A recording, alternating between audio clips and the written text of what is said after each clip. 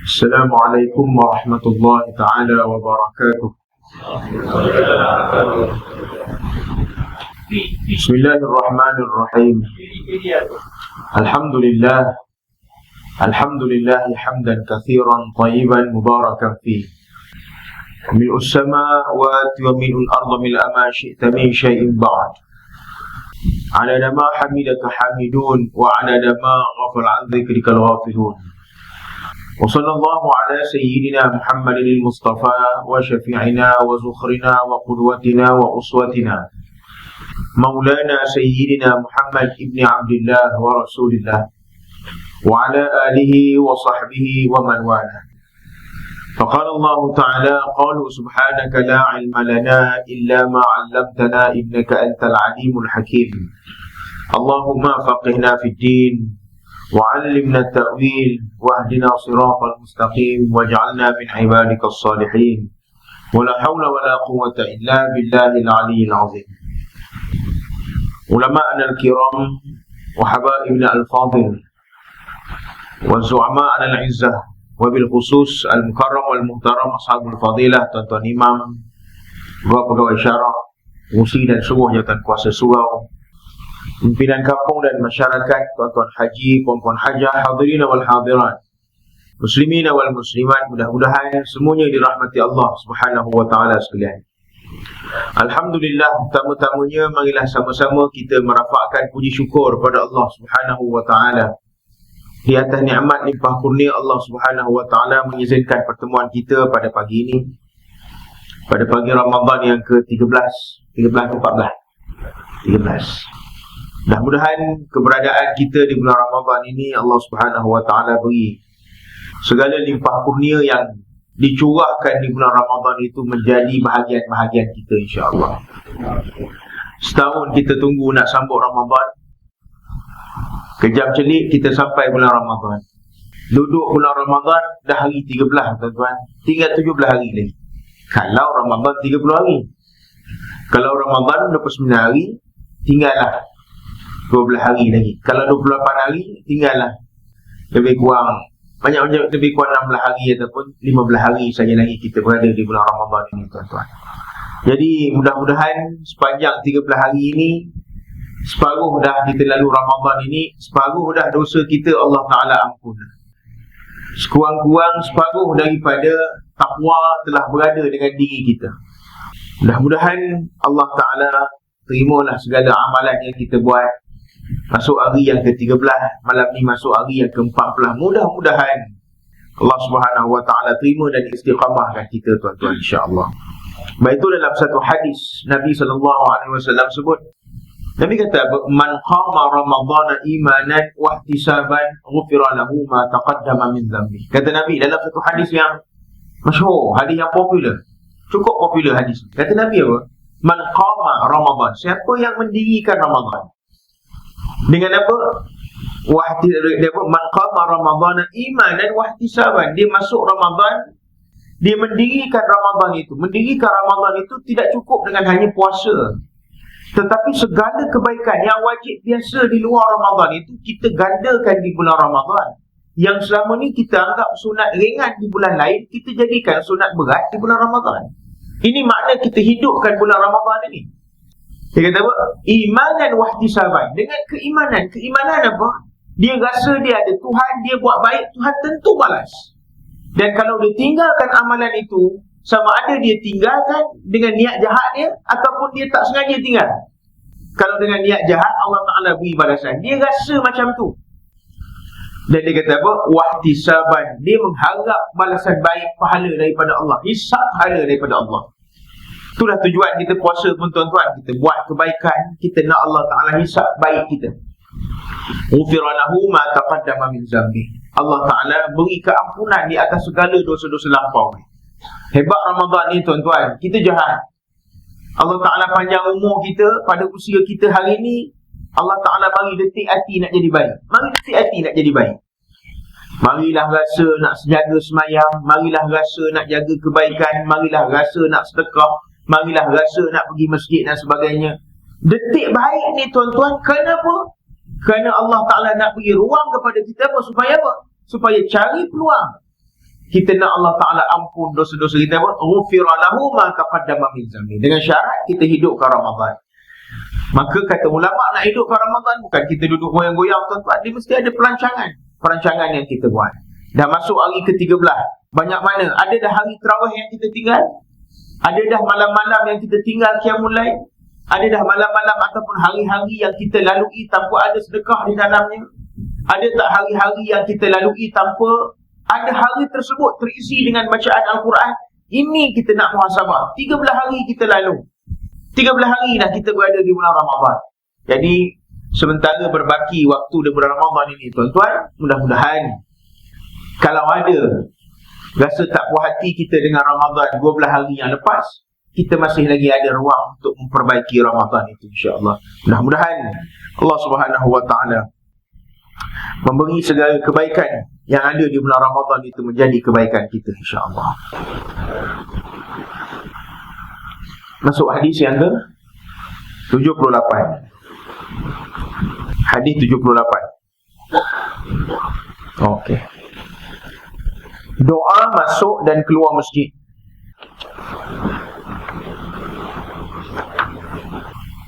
Masih lagi dalam bab perkara-perkara yang berkaitan dengan solat. An Abi Humaidin atau Abi Usaidin radhiyallahu anhuma 'anil Nabi sallallahu alaihi wasallam qala idza dakhala ahadukum al-masjid falyaqul Allahumma iftah li abwaaba rahmatik wa idza kharaja falyaqul Allahumma inni as'aluka min fadlik.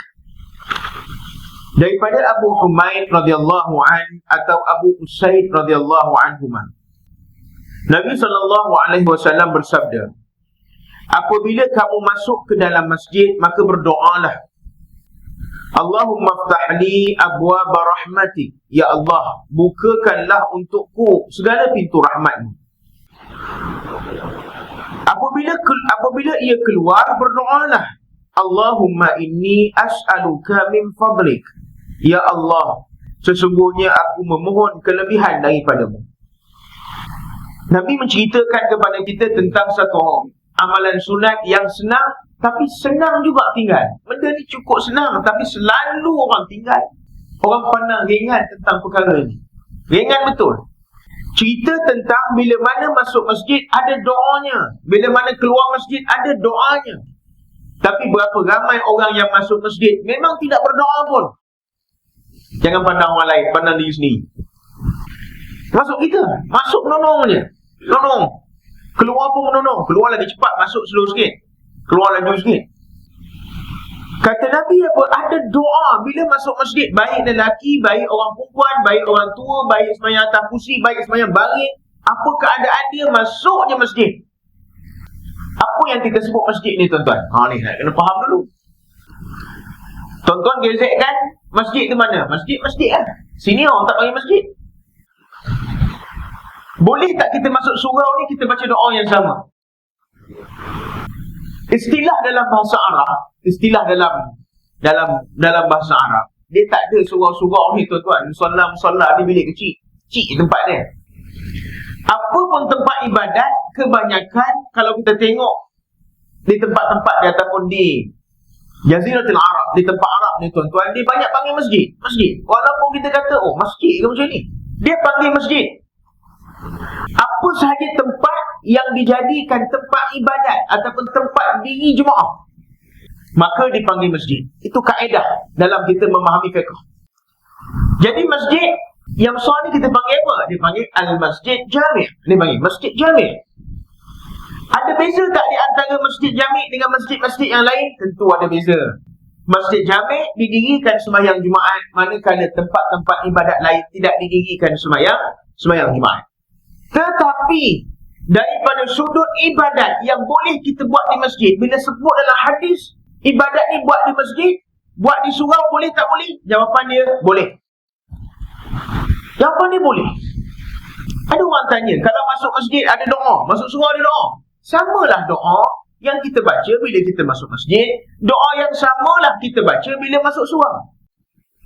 Kalau kita keluar daripada masjid, ada doanya. Keluar daripada surau, ada doanya. doa yang sama. Sebab itu ada ulama kata apa? Di surau tempat yang kita jadikan ni, kita panggil surau. Orang Melayu panggil surau. Masuk surau kita ni, boleh tak kita sembahyang tahiyatul masjid? Jawapan dia boleh. Dah itu kenapa ramai yang tak sembahyang? Ramai juga dia kata, tak boleh. Ini surau, ini bukan masjid. Dia kalau bak ibadat, dia macam tu lah. Bak ibadat bila kata tak boleh, dia pegang sangat tak boleh. Ontok-ontok pegang. Tak ada ubah. Tapi yang doktor cakap, pakcik tak boleh makan ni, sikit tak apa. Dia ada pula pusing dia. Bila bak kena tengkolok dia, yang ni doktor kata tak boleh pakcik, langsung tak boleh makan. Curi-curi juga. Boleh pula macam tu. Dalam bak ibadat tak boleh curi langsung. Pegang kuat-kuat. Boleh jawapan dia tuan-tuan. Kita masuk masjid, masuk surau, apa ibadat yang boleh kita buat di masjid, maka boleh dibuat di surau. Apa tuntutan sunat yang dituntut di masjid, maka di surau juga kita boleh melaksanakan ibadat itu. Maka kata Nabi apa? Bila masuk di masjid, doa. Langkah kaki kanan, mari doa dulu. Terbit di mulut tu doa. Apa doa dia? Allahumma aftahli abwaba rahmati. Semua orang tahu doa ni. Saya masuk tadi pun saya nampak ada tulis di dinding. Jarang sangat masjid surau tak ada doa ni tulis kat dinding. Ada. Untuk memberi peringatan pada orang supaya baca doa ni. Takkan kita nak duduk satu orang jaga pintu pula, baca doa, baca doa. Tak adalah macam tu. Cukup kita letak satu sampel, satu tulisan doa. Orang masuk, orang tengok, orang tahu. Kena baca doa. Apa doa dia? Allahumma aftahli abwaba rahmati. Apa makna dia? Ya Allah, bukalah untukku pintu rahmat. Kenapa Nabi suruh masuk masjid baca doa macam ni? Nabi nak beritahu kita tempat ibadat ini tempat berkumpulnya rahmat-rahmat Allah yang banyak. Mudah-mudahan di antara rahmat-rahmat yang terkumpul di masjid itu ditimpa ataupun dicurahkan ke atas kita. Masjid ni tuan-tuan, dia special. Dia pilih orang juga, bukan semua orang layak masuk masjid dapat rahmat ni. Sebab itu Tuhan sebut dalam Quran. Tak ada tulis ni. Selalu ada kadang-kadang dia tulis kan. Dia tulis apa? Inna salat, ada dia sebut dalam Quran apa? Innama ya'muru masajidallah man amana billahi wal yawmil akhir. Hanya sahaja orang yang layak, innama ya'muru masajidallah. Hanya orang yang layak memakmurkan rumah-rumah Allah itu adalah orang yang benar-benar man amana billahi wal yawmil akhir. Dia beriman kepada Allah dan dia benar-benar beriman kepada Allah. Dan dia juga benar-benar beriman pada hari akhirat. Allah Ta'ala kata apa tuan-tuan? Nak jadi ahli masjid, nak jadi ahli surau, nak mari seru di hati itu, minat dengan masjid, minat dengan surau, dia ada ciri-ciri dia. Dia bukan raba-raba orang, bukan macam tu. Cetusan hidayah daripada Allah Ta'ala itu ada syaratnya, ada kualitinya. Apa orang ni tuan-tuan? Kata Nabi apa? Kata Allah Ta'ala dalam Quran apa orang ni apa? Dia benar-benar beriman pada Allah Subhanahu Wa Ta'ala. Nak suruh cinta masjid, kalau tidak Nabi tak sebut dalam hadis. Nabi kata apa? Ada 7 golongan diberi naungan pada hari kiamat, di hari di mana tidak ada naungan melainkan 7 golongan ini. Salah satunya apa Nabi sebut? Lelaki yang hatinya terpaut dengan masjid. Terpaut dengan masjid. Orang minat ke masjid ni tuan-tuan? Orang tak minat. Masjid ni tempat apa? Tempat minta duit orang. Tak duit. Tabung. Masuk-masuk belum apa-apa lagi tabung dulu. Sebab itu orang trauma nak pergi masjid. Itu yang tabung. Yang tak cakap. Sekejap lagi pengusi buat perumahan pula. Kita ni nak buat kapet baru, minta lagi. Jadi orang trauma. Nak kena dengar cakap orang, nak kena dengar cakap Bilal. Bilal kata okey. Sahabat nak kena bangun dah. Nak imam, nak kena ikut imam. Kalau imam baca panjang, kena tahan diri, ikut imam. Tak boleh kita dulu imam. Ni tempat namanya masjid surau. Orang tak minat. Pasal dia diaturkan. Dia suka ikut kepala dia. Kalau boleh, dia nak rokok bila-bila dia suka, dia nak balik bila-bila dia suka, suka hati dia. Tapi bila masuk masjid, masuk surau, dia tak macam itu. Dia ada disiplin dia. Tanggal selipar, ambil air semayang, masuk kena semayang tahiyatul masjid, masuk tadi kena baca doa, masuk kena kaki kanan, duduk kena duduk elok-elok, duduk pun ada baca, ada iktikafnya. Dia pening macam tu. Bila banyak sangat syarat ni tuan-tuan, orang tak minat. Tapi orang yang boleh boleh minat dengan syarat-syarat ini, Allah Ta'ala beri jaminan orang ni benar-benar beriman pada Allah Subhanahu wa ta'ala. Sebab itu duduk dalam masjid, duduk boleh pahala. Tuan-tuan duduk rumah, tuan-tuan ingat boleh pahala ke tidak? Belum tahu lagi. Duduk dalam masjid walaupun mata dipejam. Ya tak? Mata dipejam, tak kira dia menyandar ke, ya tak? Dia menyandar ke, dia tak sandar ke. Dalam masjid ni macam-macam agam. Ada geng gebuk tiang, ada macam-macam kan. Saya pun kadang-kadang macam tu juga kalau sembahyang subuh tu. Musim-musim Ramadan ni, kalau saya sembahyang kat surau saya tu, orang kata dah, tiang ni jangan gebuk, ni ustaz punya. Tahu tak, saya pun gelap menyandar ni tuan-tuan. Walaupun tak bagus-bagus sebenarnya kan. Tapi tak apalah, tak ada dalam larangan dalam daripada agama kata tak boleh macam tu. Cuma nak sebut apa tuan-tuan? Ya. Cuba tuan-tuan tengok ni bulan Ramadan. Cuba tengok bulan Ramadan. Di antara bukti menjadi tetamu Allah ni memang pilihan Allah. Di antara bukti yang boleh jelas kita tengok adalah bulan Ramadan. Tengok awal Ramadan, macam mana orang datang menghidupkan malam-malam di bulan Ramadan. Excited, teruja. Tak ada morih pun tak apa, dia datang penuh. Parking penuh sampai panggil rela. Tak tahulah tempat tu pakai rela tak pakai rela. Ada tempat pakai rela. Rela tak buat semayang, dia kata, pasal saya kena kerja ke dia. Tak apalah. Tak buat semayang ni dia kata. Pasal tu lah dia kata nak jaga parking. Tapi masuk hari ke-10, rela pun dah tak datang. Rela pun dah tak ada. Dah tak? Datuk Kosyik kan? Dah tak ada. Masjid yang kecil kita tengok pada 1 Ramadan dah jadi luar pada 10 Ramadan. Hilang ke mana? Hilang ke mana mereka-mereka ini? Ataupun kalau kita juga menjadi orang yang hilang, ke mana hilangnya kita? Nak kata meninggal, tak ada pula dengar Bilal mandikan orang. Nak kata hilang-hilang meninggal, tak ada dengar korek kubur, tak ada dengar pengumuman masjid. Tahu-tahu tak ada. Tak ada tu pergi mana? Menunjukkan tuan-tuan, nak jadi ahli masjid, nak jadi ahli surau, nak mendapat rahmat yang kita doakan sebelum masuk masjid, itu dia adalah selected person. Tuhan pilih orang. Persoalannya, apakah kita menjadi pilihan Tuhan? Ni ya. Patut kita bimbang kalau kita ni tidak dipilih oleh Allah Ta'ala. Bimbang tuan-tuan. Bila ada satu malam kita kata tak apalah, tak pergi masjid malam ni pun okey, sembahyang kat rumah pun boleh. Tak dapat pilihan Tuhan ni problem tu. Dia boleh relax sembahyang di rumah. Bukan kata tak sah sembahyang di rumah. Cuma tak jadi pilihan Tuhan pada malam itu. Jangan tuan-tuan relax. Jangan rasa tenang jiwa. Jangan rasa hati tak ada masalah. No. Ni masalah dia. Masalah kita adalah bila kita tak rasa bersalah, bila kita tidak dipilih oleh Allah Ta'ala. Nak jadi pilihan Tuhan untuk menjadi jemaah subuh. Tak, bukan susah pun sekarang subuh. Kita pun memang tentu makan sahur.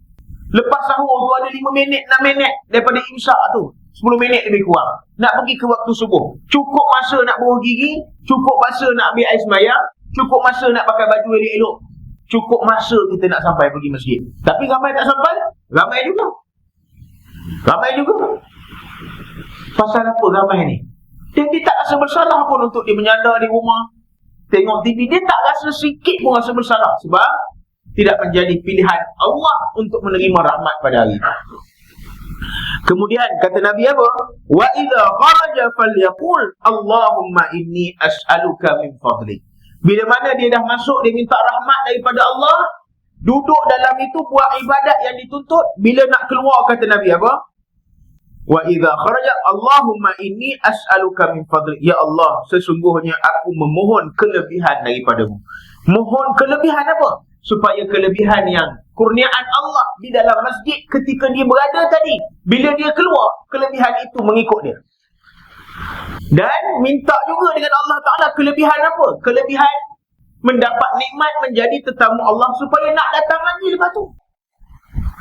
Macam kita pergi Mekah lah tuan-tuan. Lepas kita buat apa ni, tawaf wada', apa ni perasaan ni? Semua tak kena.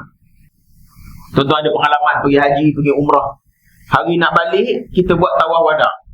Nak buat tawaf selamat tinggal. Tawaf selamat tinggal ni, tawaf terakhir kita, nak say goodbye pada kita apa ni, Baitul Atiq. Nak dipanggil Mekah ni ataupun Kaabah ni dipanggil macam itu kan. Punya rasa ni macam mana ni tuan-tuan? Saya nak cerita pun tuan-tuan ada pengalaman masing-masing. Nak cerita perasaan ni. Nak berak tak rasa, nak berak nak makan tak rasa apa ni. Hati ni rasa tak tentu rasa. Sedih rasa, sedih juga. Teringat anak bini kampung, teringat juga dia tu main perasaan macam tu. Ya tak? Bagi orang yang pergi umrah tak rasa sangat orang pergi haji dia. Kena sampai 40 hari tu. Semua tak kena tu perasaan tu. Rindu, tak tahu boleh mari balik. Tu. Kalau kita boleh rasa macam itu ketika kita keluar daripada masjid, cantik. Kita pun tak tahu, kita tuan-tuan keluar, lepas main subuh ni keluar, tuan-tuan tak tahu lagi tuan-tuan ada peluang lagi atau tidak untuk datang subuh nanti. Sama ada kita ditinggalkan oleh Allah Ta'ala untuk mendapat rahmat itu, ataupun kita meninggal dunia sebelum dapat rahmat itu. Ni antara dua. Tuhan tak jemput kita, makna Tuhan tinggalkan kita. Kita tak masuk dalam lista Tuhan. Allah Ta'ala tak senaraikan kita, tak dapat datang sembahyang zuhur. Ataupun kita meninggalkan rahmat itu dengan sama ada mati ke apa, kita tak tahu. Sebab itu setiap detik kita berada di dalam masjid, bila mana kita keluar, minta dengan Allah Ta'ala kelebihan rahmat yang ada ketika kita berada di masjid itu mengikut kita. Walaupun kita dah keluar daripada masjid, dan kita minta kelebihan menjadi tetamu Allah, mendapat undangan daripada Tuhan itu. Bila mana kita keluar ni, undangan itu jangan diputuskan supaya kita datang lagi pada waktu-waktu yang berikutnya. Ini penting macam doa. Jadi kita tak ada keluar pun menyerbu, keluar, masuk pun menyerbu, keluar pun menyerbu. Tak ada doa-doa, tak ada kaki kanan, kaki kiri, dia tak peduli dah. Asalkan keluar cukup. Mana boleh macam tu tuan-tuan. Ini bulan Ramadan. Nabi apa disebut oleh ulama, dia kata apa? Dalam hadis tersebut, amalan wajib kalau buat bulan Ramadan, Allah Ta'ala bayar sehingga 700 kali ganda. Amalan sunat kalau buat di bulan Ramadan, pahala bagaimana Tuhan beri? Seperti melaksanakan amalan wajib. Amalan sunat buat bulan Ramadan seperti melaksanakan amalan wajib. Tuan-tuan, keluar masjid kaki kiri, apakah itu jadi berat sangat pada kita? Nak baca doa Allahumma inni as'aluka min fadlik tu jadi berat sangat, jadi terang-anyu sangat kita nak baca doa itu untuk dapatkan kelebihan yang besar bersempena dengan bulan Ramadan. Kalau itu pun kita rasa berat untuk kita, itu maknanya Tuhan tak minat langsung dengan kebaikan yang datang daripada kita, tuan-tuan. Jadi cek balik, mudah-mudahan kita buat lepas ni insya-Allah. Tak apalah kalau tak buat 12 hari itu, hari ni buat. Hari ni dan hari-hari seterusnya kita buat. Hadis yang ke-79. Salat tahiyyatul masjid. Tahiyyatul masjid. An Abi Qatadah As-Sulami radhiyallahu anhu 'anil Nabi sallallahu alaihi wasallam qala: "Idza dakhala ahadukum al-masjid falyarka' rak'atain qabla an yajlisa." Artinya daripada Abu Qatadah As-Sulami radhiyallahu anhu, Nabi sallallahu alaihi wasallam bersabda, apabila kamu masuk ke dalam masjid, maka dirikanlah salat 2 rakaat sebelum duduk. Kata Nabi, satu tuntutan pada satu jenis sembahyang sunat, nama dia sembahyang sunat tahiyyatul masjid. Semua orang tahu sembahyang sunat ni. Senang ke susah tuan-tuan? Tak susah pun. Senang. Kata Nabi apa? Bila masuk saja tempat ibadat, masjid, tempat tuan-tuan ni, masuk je, sebelum duduk dia kata apa? Qabla an yajlis, sebelum kamu duduk, kata Nabi. Apa ni? Fasalli raka'atain. Sembahyang dulu 2 rakaat. 2 rakaat dia. Susah ke 2 rakaat ni tuan-tuan? Tak susah mana pun. 2 rakaat berapa minit boleh siap? 2 minit je. Kalau cara kita lah. Pegangan kita tu 2 minit je. Apa yang payah sangat? Macam mana nak buat? Dia sembahyang sunat ni yang membezakan dia adalah niat saja. Sembahyang sunat apa? Kalau kata tahiyatul masjid, niat tahiyatul masjid. Kalau kata ba'diyah, maka niat ba'diyah. Kalau kata qabliyah, niat qabliyah. Tapi kaedah melaksanakan bacaan, dia tidak ada bacaan khususiyah, tak ada. Apa yang kita nak bagi serabut sangat? Macam orang sembahyang hajat lah kita kata. Sembahyang hajat ni ustaz baca banyak. Siapa suruh baca banyak? Siapa yang suruh? Kita kata kaifiat itu dicadangkan oleh ulama. Dicadangkan oleh ulama. Tapi kalau kita rasa kita nak meninggalkan amalan itu kerana berat pada bacaan, jangan baca. supaya kita tak tinggal amalan itu. Supaya tak tinggal amalan itu. Macam orang kata, saya bukan tak nak pergi terawih kat masjid. Terawih ni dia kata mula pukul 9, habis dekat pukul 10, baca panjang-panjang. Jadi saya pilih tempat-tempat yang baca pendek, tapi tak jumpa. Memang tak ada, melainkan kat rumah dia kata. Kat rumah dia yang baca pendek. Dia kena faham. Dia kena faham. Kita baca panjang ni kerana kita nak menghidupkan malam di bulan Ramadan. Bukan kata wajib baca panjang. Yang dia mari serabut tak nak buat. Orang yang, tuan-tuan cuba tengok yang saya kata, saya kadang-kadang saya sebut pada diri saya sendiri lah. Ada orang tanya mana baik, buat 8, buat 20. Saya jawab mudah aja. Siapa ikhlas nak buat 20, silakan. Siapa ikhlas nak buat 8, silakan. Tapi saya kata, saya malu kadang-kadang. Saya pergi masjid yang buat 20 sebagai contoh, saya kata. Pergi masjid yang buat 20. Ada masjid yang masih lagi, oh, betul-betul mujahadah ada buat 20. Walaupun banyak di tempat lain buat 8. Termasuk kalau saya pun saya buat 8 juga. Tapi dia buat 20. Bila dia buat 20, bila kita sampai, kita pun, Allah, 20 punya. Tapi kita dah duduk dalam sah. Nak lari tak boleh. Orang kata tengok ustaz pun buat 8. Oh, segan juga kita, segala tak kena kan. Dah hadir yang itu, tak apalah kita harung 20. Saya duduk tengok tuan-tuan. Bila sampai rakaat ke-8, orang pun siapa yang nak balik, dia balik. Dia nak buat apa ni, witir sendiri, dia akan buat witir sendiri. Tinggal lah. Sebab apa dia buat witir sendiri? Dia keluar bila mana buat 8, dia tanya pasal balik. Oh, penat. Dia tengok. Cuma yang saya tengok ni, pengamatan saya lah, tak tahulah tuan-tuan amat macam mana. Saya duk tengok yang lari daripada buat 20 ni, yang buat 8 ni, orang muda-muda. Yang stay buat 20 ni, yang duduk atas kursi. Kita pun tengok duduk atas kursi. Yang dah pakai tongkat walker, bukan tongkat satu, tongkat walker tu 20. Umur 70 lebih. Umur yang kalau makan ubat main genggam lah. Segala ubat ada 3 serangkam. Segala ubat ni, segala warna ada. Merah, hijau, putih, ada belaka ubat. Ni buat 20. Ada masjid-masjid yang buat 20 tu, bila kita tengok, yang tinggal buat 20 ni, macam-macam warna ubat dia makan. Yang kita tak ada ubat makan ni, yang sihat walafiat, setakat nak berjalan bazar Ramadan daripada hujung ke hujung, boleh patah balik 4 kali pun tak apa. Itu buat 8. Dia tolong pelik lah macam tu. Saya pelik. Kalau saya rasa saya malu diri saya. Itu saya duduk malu juga. Kenapa kita jadi macam tu?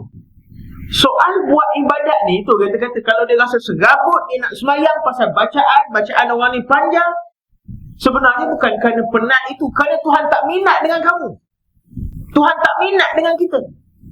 Kalau orang itu Tuhan minat dengan dia, oh, tuan-tuan, dia buat ibadat, dia tak sedar bagaimana lamanya, panjangnya, seronoknya dia buat ibadat itu. Sebab itu dalam ibadat disebut apa? Dalam satu kaedah dia sebut apa?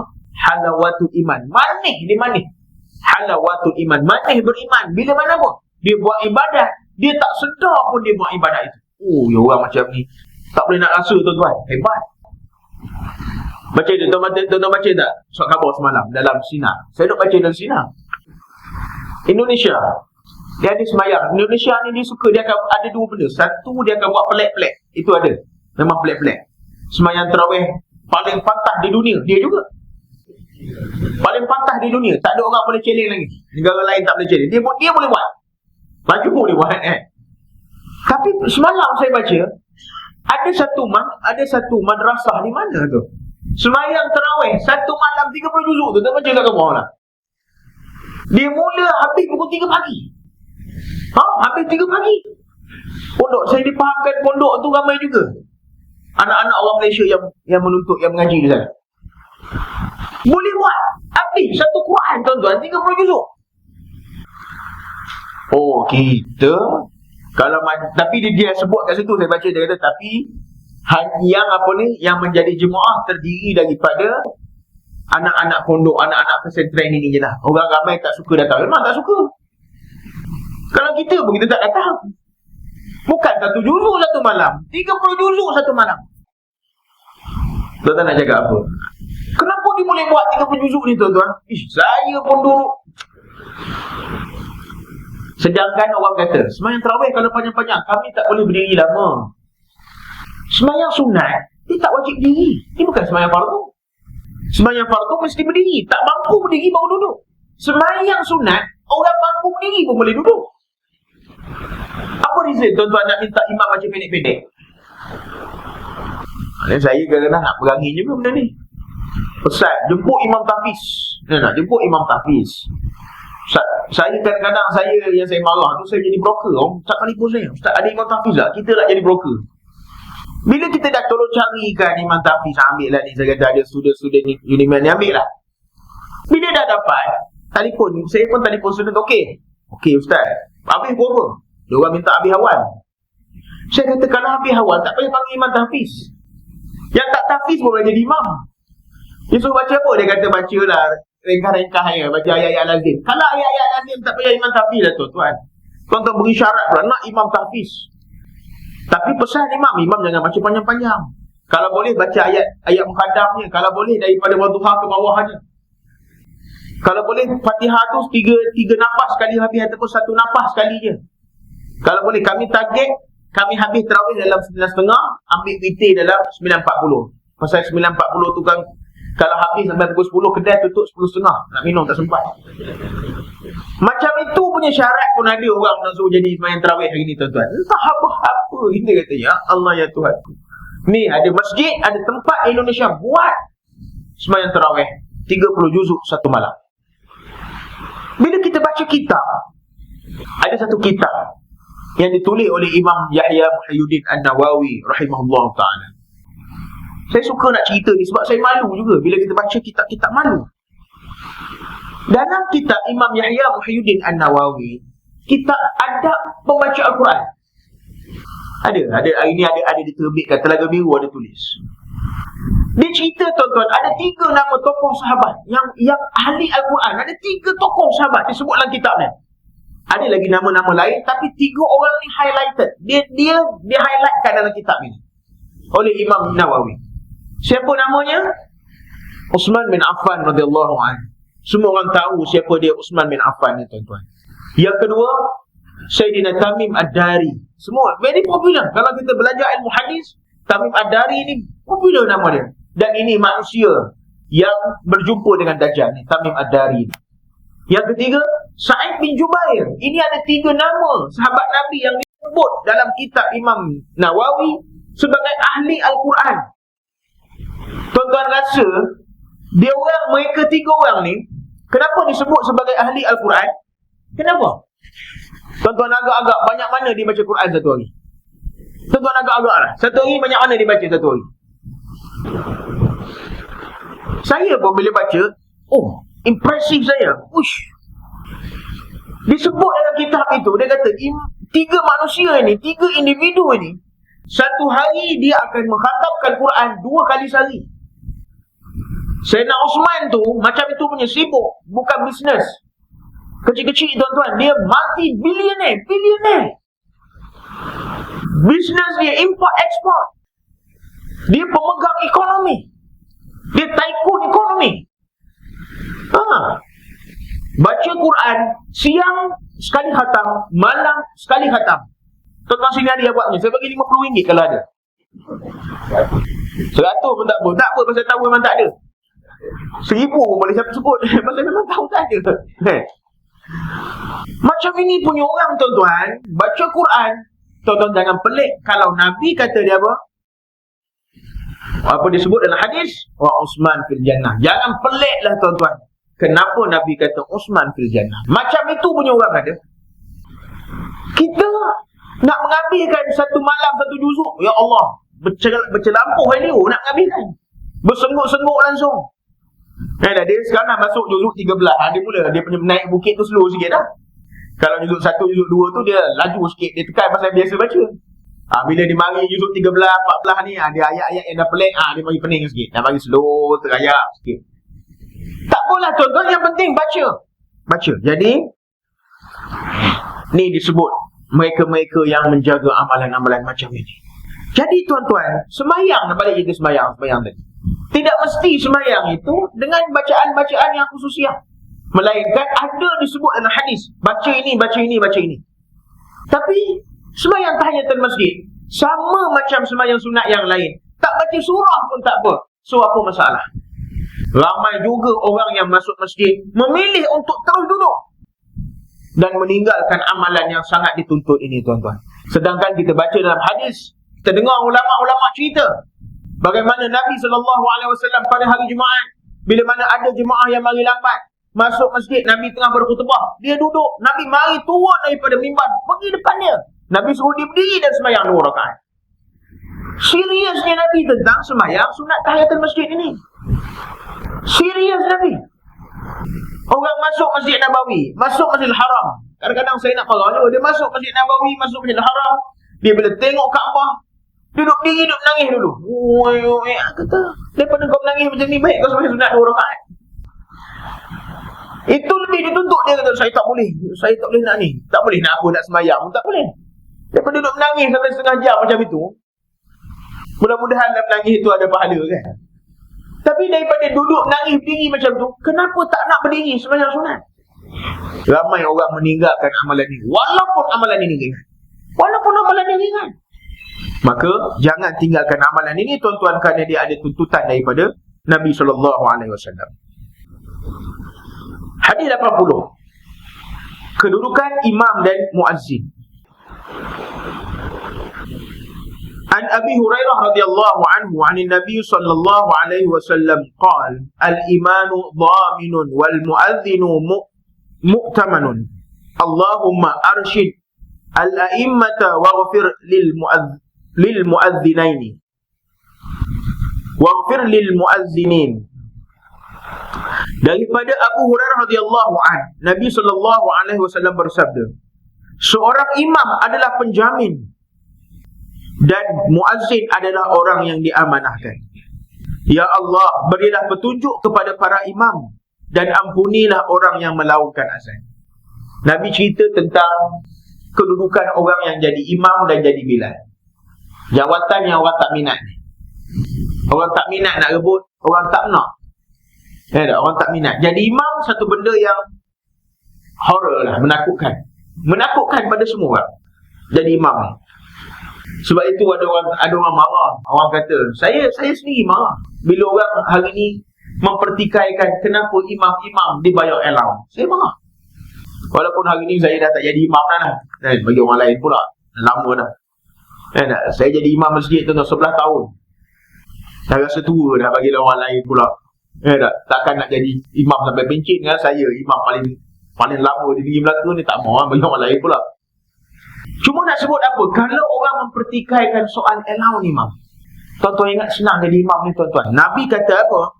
Dia kata apa? Al-imamu dhaminun. Imam ni penjamin. Penjamin apa, tuan-tuan? Menjaga dan memelihara kesahihan solat makmum. Tanggungjawab imam ni besar. Jadi imam ni tanggungjawab besar. Orang marah imam, orang kata imam dapat allowance. Tuan-tuan, ingat apa? Senang jadi imam. Ingat senang ke nak berdiri atas tikar sejadah? Jadi imam tak kira sikit pasal kita menghadap depan, makmum duduk belakang. Kalau baca khutbah, tuan-tuan ingat semua orang boleh naik atas mimbar baca khutbah ke? Saya, tuan-tuan, ni cerita benar lah kan? Kalau orang kata bukan payah sangat, ustaz dah selalu jumpa orang. Tuan-tuan, saya naik atas mimbar baca khutbah kali pertama naik, saya set jam. Saya baca khutbah bukan main laju, 9 minit siap. 9 minit siap. 9 minit tu, tuan-tuan, satu waktu yang cukup derita untuk saya. Penuh ni mengalir berangkat lari dalam seluar. Waduh, saya kata turun ni pegang tangga mimbar, bergoyang. Punya takutnya, tuan-tuan. Kita pegang tongkat, duk fikir nak pegang tangan kanan ke tangan kiri. Itu pun masa tu dia mari serabut. Pegang ya tangan mana-mana pun kan. Tapi dia mari masa tu kanan ke kiri. Kejap tak kanan. Sunat kanan ke kiri. Balon je lah. Dia mari macam tu. Tak senang, tuan-tuan. Dan ingat, imam ini dia penjamin. Sebab itu imam ni kita perlu beri penghormatan pada dia. Perlu raikan dia. Perlu muliakan dia. Kalau dia silap nak tegur, ada adabnya. Pasal apa? Dia ni dhaminun. Dia jamin sahih sembahyang-sembahyang kita. Bukan kerja dia senang. Ni marah. Imam tersasar sikit, tertinggal benda sunat. Apalah imam. Benda sunat tinggal, tak ada apa. Sampai nak pergi hampuk dia, nak pergi marah dia, nak pergi surat layang pada imam-imam. Saya tahu banyak juga imam-imam yang mengadu dengan saya dapat surat layang pada jemaah, pada makmum. Kalau memang dia jenis tak jadi imam, dia jadi imam sebulan sekali je, tapi bayaran penuh. Itu boleh lah marah. Dia jadi imam. Ada waktu-waktu tuan-tuan ingat, imam ni tak boleh nak keluar pada, tak boleh nak pergi mana-mana langsung. Dia pun ada anak, dia pun ada isteri. Kadang-kadang isteri balik, jom lah bang pergi, takkan lah, tak ada. Dia pun serba salah juga. Bawa isteri tinggal sembahyang waktu. Mengamuk orang, apa imam ni? Ada pula orang nampak imam dekat Ion, imam kat Ion. Waduh. Padahal itulah kali pertama dia pergi Ion air keruh selepas siap renovation. Bayanglah lama tak lama dah siap renovation. Itu kali pertama dia pergi nak tengok. Isteri dah ajak. Itu jadi isu tuan-tuan. Padahal yang dia jaga di waktu-waktu yang lain sempurna. Kerana adanya dia, tertegaknya sembahyang jemaah, terdirinya sembahyang jemaah itu, ada orang lepas sembahyang jumpa imam. Terima kasih imam. Pernah tak dapat benda tu imam? Tak ada kan? Salam dengan imam pun tak nak, lari gitu je. Padahal ni kata Nabi apa? Dhaminun, dia jamin kesahihan sembahyang jemaah. Kemudian kata Nabi apa? Wal muazzin mu'tamanun. Dan muazzin, tukang azan itu adalah orang yang diamanahkan. Dia amanah dengan waktu dia. Orang lain tak pergi masjid lagi, dia dah sampai untuk melakukan azan. Ni, waktu maghrib ni. Tuan-tuan menunggu azan, marah. Mana muazzin azan lambat? Bagilah dia tumbuk air dulu. Dia pun nak berbuka juga. Bukan dia tak lapar. Dia lapar juga. Dia pun nak juga cecah dulu mulut dia dengan kurma sikit. Berpada-pada, janganlah kita marah. Dia minum air seteguk, kemudian dia azan. Allahu Akbar. Itu pun orang marah. Kata, apa ni? Mana boleh minum dulu? Azan dulu, kau minum. Bagilah dia minum dulu. Ini ada yang menunggu ni. Tak boleh lewat sikit. Tengok jam dia, dah berbunyi. Dekat handphone ni dah azan. Surau tak azan lagi. Ini dia kata, ni tak ada lain, tak ada. Bukan ni, lamb shank dulu dia makan ni. Kalau sampai tahap itu melampau, itu kita pun marah. Kalau sedulang makan, dia makan tak apa, habis dulu kamu azan. Kita pun marah macam tu. Tapi kalau sekadar dia minum air, dia makan kurma sulat, apa jadi masalah sangat pada kita ke? Kalau tuan-tuan ada jam di rumah, dah tahu masa waktu, tak mesti nak kena dengar azan. Tuan-tuan yakin dah masa waktu, bukalah. Tapi nak marah sangat ke Bilal ni, azan lambat. Dia ketika mana orang belum datang masjid, dia korbankan masa dia datang masjid. Ni Bilal ni lawan berapa sen sangat tuan-tuan. Ada 10,000. Ini bukan jadi imam di Korea. Bukan jadi imam di Korea. Ada kawan saya, anak dia jadi imam di Korea. Tuan-tuan tahu berapa bayar? 27,000 sebulan untuk bulan Ramadan. 27,000 tu cerita 2-3 tahun lepas lah. Dia duduk tanya saya, dia kata, Ustaz, anak saya ni dapat invitation jadi imam di masjid di Korea, satu tempat lah di Korea. Dia kata, saya pun tak tahu berapa nak pergi ke tidak. Nak pergi ke tidak. Tanya dia, berapa yang lawan? Dia tak tahu. Tapi tiket dia orang dah beli dah. Kalau kita nak pergi, dia dah beli. Balik, dia tu jumpa saya. Alhamdulillah lah Ustaz, kereta sedia, rumah sedia, sagu hati pun banyak. Dia kata, berapa dia bagi? Kata, RM27,000 Malaysia.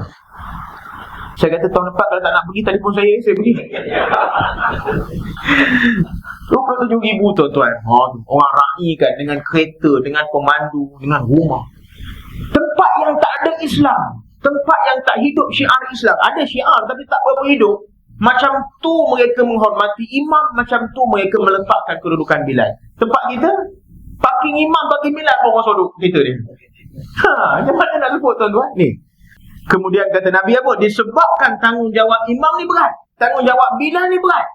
Nabi kata apa? Nabi doakan mereka-mereka ni apa? Allahumma arsyid al-a'immah waghfir lil muazzinin. Nabi doa pada imam. Nabi kata apa? Ya Allah, berilah petunjuk pada para imam. Ingat, orang yang jadi imam ini bukan hanya dia dapat kelebihan dunia daripada sudut material, tetapi dia mendapat doa yang berpanjangan daripada Nabi SAW. Tuan tak cemburu tengok imam meninggal masa sembahyang? Saya cemburu tengok dalam video-video kan. Ni orang istiqamah jadi imam yang baik, mendapat doa Nabi. kematian dia. Tidak ada orang menyebut melainkan orang kata ini kematian yang orang nak, dan kematian ini kematian orang-orang baik. Imam meninggal, saya alhamdulillah saya dapat tengok banyak juga kawan-kawan kita jadi imam yang meninggal.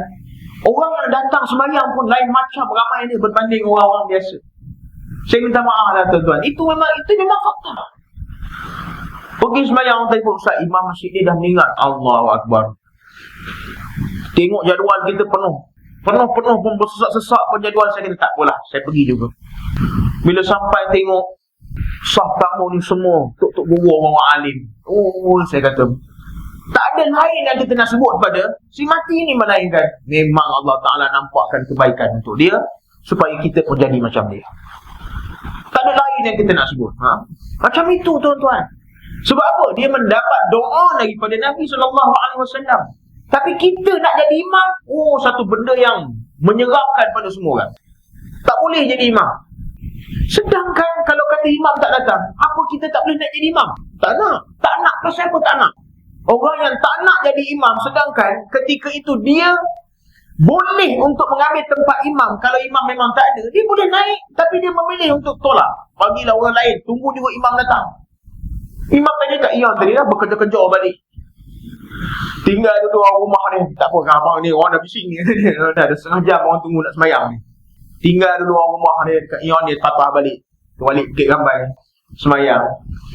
Macam itu punya orang pun ada tuan-tuan. Tak mahu orang lain nak jadi imam. Kenapa tak nak mendapat doa daripada Nabi SAW ini? Apa susah ke jadi imam ni tuan-tuan? Tak susah pun. Zaman sahabat Nabi ada satu riwayat cerita tentang satu kumpulan sahabat yang musafir. Dia musafir. Bila musafir ni maknanya dia keluar daripada Madinah. Bila dia keluar daripada Madinah tuan-tuan, dia lantik seorang ketua. Seorang ketua ni ketua kumpulan dan juga mengimami sembahyang dia. Jadi bila setiap kali dia sembahyang, dia jadi imam. Dia baca apa tuan-tuan? Dia baca Qul Huwallah. Rakaat pertama baca Qul Huwallah, rakaat kedua baca Qul Huwallah juga. Kita tak buat macam tu. Kita pun tak buat macam tu. Tapi ni mari satu sahabat Nabi ni, bila dia musafir dia jadi imam. Rakaat pertama dia baca Qul Huwallah, rakaat kedua dia baca Qul Huwallah. Jadi bila setiap waktu macam itu, jadi sahabat-sahabat ni dia mari rasa geram. Tak apa. Tapi pasal kau dah jadi ketua, kami ikut. Tunggu balik Madinah, nanti kami mengadu dengan Nabi. Dia mari masing-masing nak mengadu ni. Mari masing-masing nak mengadu ni. Macam kita lah kan. Tengok imam duk baca Qul Huwallah ni nak tulis surat daripada Jaim ni. Mengadu. Dia mari nak mengadu. Maka bila sampai balik daripada musafir, mereka jumpa dengan Nabi, mengadu dengan Nabi tentang imam Syekh Qul Huwallah ni tadi. Syekh ni tak ada benda lain. Dia kata Qul Huwallah je dia baca. Jadi orang panggil pun Syekh Qul Hu lah. Baca itu je. Jadi bila mana Nabi pun panggil lelaki ni, Nabi tanya betul ke? Dia kata betul. Jadi sahabat yang mengadu-ngadu ni tadi tuan-tuan, dia seronok lah tengok macam Nabi nak marah, nak tegur orang ni. Nabi kata apa? Nabi kemudian pandang pada kumpulan-kumpulan yang mengadu ni. Kalaulah kamu mengetahui bagaimana sukanya hati Tuhan, itu ayat saya lah, dalam hadis tu dia spesifik ayat ni. Kalaulah kamu tahu bagaimana Allah Ta'ala berseronok dengan Qul Huwallah yang dibaca itu, kamu semua takkan mari komplain dekat aku lah. Apa nak sebut tuan-tuan? Makna dia apa?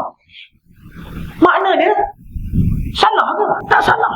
Malah kalau dia baca dengan ikhlas dia baca itu memang dia nak baca, dan dia baca itu dengan niat yang baik, bukan dia nak cepat siap. Kita baca Qul Huwallah pasal kita nak cepat siap. Dia baca kerana memang ikhlas dia kan.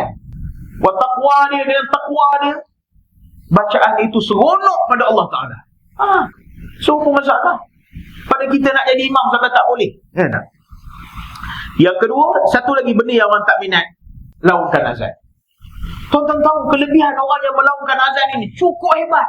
Dalam hadis disebut, satu orang yang melaungkan azan itu, kata Nabi apa? Sebanyak mana makhluk basah dan makhluk kering yang dengar azan yang dilaungkan oleh dia, sebanyak itu pahala Allah Ta'ala beri pada dia. Itu adalah hadis sahih. Dia laungkan azan. Makhluk basah ni apa tuan-tuan? Makhluk nyawa. Macam kita, burung, binatang, dengar azan tu. Makhluk kering, pokok, rumput yang dengar. Banyak mana pokok dekat taman tuan-tuan? Tuan-tuan pun tak pernah kira. Ada.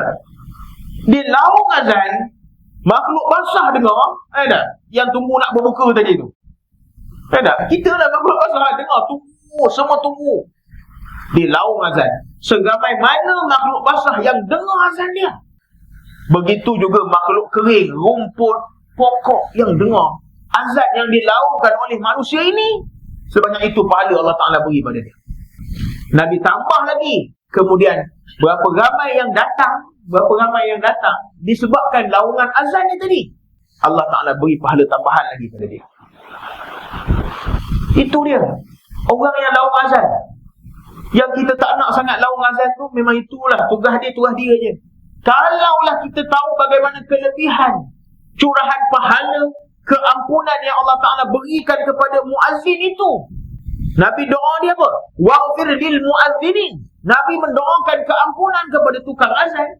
Kalaulah kita nampak bagaimana Allah mengampuni tukang-tukang azan itu, saya ingat beratur kita berebut nak azan.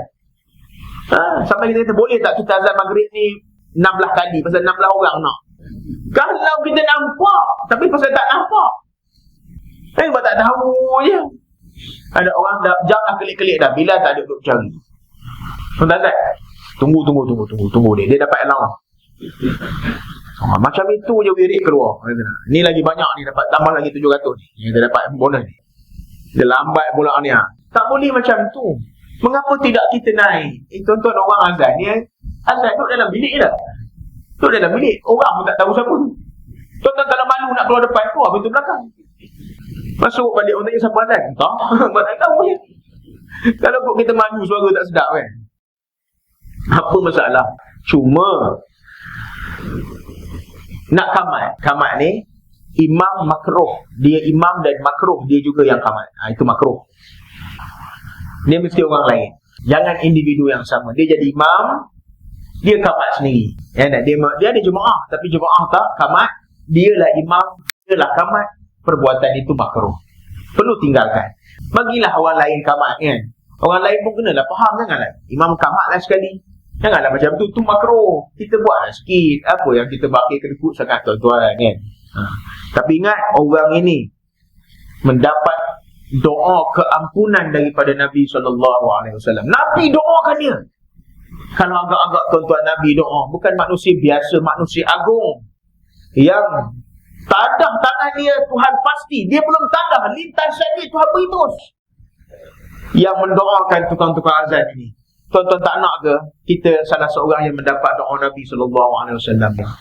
Jadi mudah-mudahan janganlah pula lepas ni sekarang tuan-tuan tolak pula Bilal je. Ibad saya azan, main dia pegang tak bagi Bilal pula azan. Janganlah macam tu. Kalau dia ada, itu hak dia, kerana dia dipertanggungjawabkan. Cuma kalau dia tak ada, kita lah ambil alih. Kadang-kadang kita semayang di rumah pun. Orang memilih kadang-kadang meninggalkan kamat. Orang memilih meninggalkan azan. Kadang-kadang mungkin kita tak dapat nak pergi masjid, hujan sebagainya kan. Ada ketentuan yang tak dapat, ada masyarakah dia, yang kita terpaksa semayang di rumah. Why not kita azan? Why not kita kamat? Apa masalah azan di rumah tu jadi masalah ke? Sedangkan kita tahu di antara azan dengan iqamat itu, tengah tu doa, mustajab doa. Waktu mustajab doa. Ramadan ini memang semua waktu mustajab doa lah tuan-tuan kan. Tapi kalau kita ada peluang-peluang di antara azan dan iqamat itu, waktu mustajab doa, maka doa lah tuan-tuan kan. Tambahan pula di bulan Ramadan ini, ada sahabat mari tanya Nabi SAW, apa doa yang paling afdal? Apa doa yang paling utama? Doa banyak tuan-tuan, doa ni banyak. Dalam hadis pun banyak sebut doa. Tapi ada mari satu sahabat ni tanya Nabi. Satu orang sahabat ni mari tanya Nabi. Hari pertama dia tanya Nabi, dia kata apa? Ayu doa ya afdal. Apa doa yang paling mustajab? Doa yang paling utama afdal. Nabi kata apa tuan-tuan? Dua. Nabi kata. Pertama, Nabi kata doa minta Allah Ta'ala ampun dosa. Yang kedua, minta dikurniakan kebaikan dunia akhirat. Hari esok, lelaki ni mari lagi jumpa Nabi, tanya soalan yang sama lagi. Ya Rasulullah, apa doa yang paling afdal? Nabi jawab yang sama. Doa supaya Allah Ta'ala ampunkan dosa kita dan minta Allah Ta'ala beri baik dunia akhirat. Hari ketiga, lelaki ni mari lagi jumpa Nabi, tanya lagi Nabi, apa doa yang paling afdal? Nabi jawab yang sama, minta Allah Ta'ala ampun dosa dan minta Allah Ta'ala kurniakan kebaikan dunia akhirat. Jadi hari keempat tak mari dah, 3 kali tu dah kuat dah. Dalam kita belajar ilmu hadis, ilmu Quran, bila dia ada repetisi, pengulangan dalam perkara itu, dia penting. Dia penting. Sama kan bila seorang lelaki tanya Nabi, siapa yang perlu kita hormat, mak ke bapak? Nabi kata mak kamu, mak kamu, mak kamu, sampai 3 kali kan. Makna dia apa? Penting, berat benda tu. Sama juga macam kes lelaki ni tadi, bila tanya Nabi doa apa yang paling afdal, 2 benda Nabi sebut, doa minta ampun dan minta kebaikan dunia akhirat. 3 hari berturut-turut dia mari jumpa Nabi, Nabi jawab yang sama pada dia. Menunjukkan apa? Doa ni cukup penting. Doa yang paling utama, minta ampun. Minta ampun apa yang payah? Allahumma ghfirli. Pendek kan? Dalam tahiyat awal dan dalam duduk antara 2 sujud membaca Rabbil firli. Kemudian minta kebaikan dunia akhirat. Rabbana atina fid dunya hasanah kan? Wa fil akhirati hasanah wa qina adzabannar. Sebab itu kita cuba tengok. Bila mana kita tawaf, kan? Semua orang ada pengalaman tawaf, umrah, tawaf haji. Ada tak doa khusus ketika tawaf? Tak ada. Tak ada. Yang penjengkal-jengkal panjang itu doa yang ditulis oleh ulama. Tapi bila kita sampai pada penjuru rukun Yamani, satu doa je. Rabbana atina fid dunya hasanah wa fil akhirati hasanah wa qina adzabannar. Itu ada tuntutannya dalam hadis Nabi. Bila mana sampai di penjuru rukun Yamani, sebelum berjumpa balik dengan penjuru Hajarul Aswad, doa itu. Yang saya nak highlight doa itu. Jadi ni bulan Ramadan ni. Banyakkanlah doa itu tuan-tuan. Tuan-tuan naik atas motor, Allahumma ghfirli. Rabbana atina fid dunya hasanah wa fil akhirati hasanah wa qina adzabannar. Setengah minit pun tak sampai tuan-tuan. Ni memperbanyakkan doa ini kerana dituntut oleh Nabi, dan memang kita tahu Ramadan ini apa? Syahrul Maghfirah, bulan yang Allah Ta'ala nak beri keampunan yang banyak. Maka kita cuma perlu minta saja. Keampunan pasti, cuma nak kena minta. Kalau nak minta pun kedekut, tak nak cakap, siapa nak beri tuan-tuan? Siapa nak beri? Ya tak? Saya tuan-tuan lah kan, duit banyak. Tapi duit banyak, kita tuan-tuan semua duit banyak, cuma nak isteri tu cakap apa? Bang, minta duit sikit. Oh, kita seronok nak beri. Betul? Kita tak seronok. Ya tak? Duit banyak masing-masing, cuma kadang-kadang kita suka isteri minta lah, bang nak duit sikit. Kita suka. Kalau dia tak minta pun memang kita beri. Kalau dia buat baik dengan kita kan. Kalau elok je perangai ni, kita faham lah, kita pun beri. Kalau hari tu masam je muka bercakap pun tidak, apa nak berinya? Betul? Sama dah juga Tuhan. Kalau hari tu kita tak minta, Tuhan bersedia nak beri ni, bersedia nak beri, tapi tak minta. Tuhan nak dengar kita minta. Allah minta pun tak boleh. Rabbil firli, Allahumma firli. Susah bahasa Arab, baca Melayu. Ampunkan aku ya Allah. Kita tak kalah banyak-banyak nak minta ampun. Dah memang kita banyak dosa, banyaklah kena sebut. Ya dah, banyaklah kena sebut.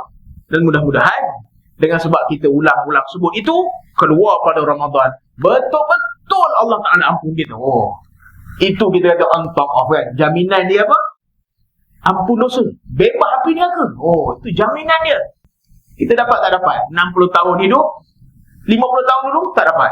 Ni boleh jadi tahun terakhir, macam mana pun mesti kena dapat. Mesti kena dapat.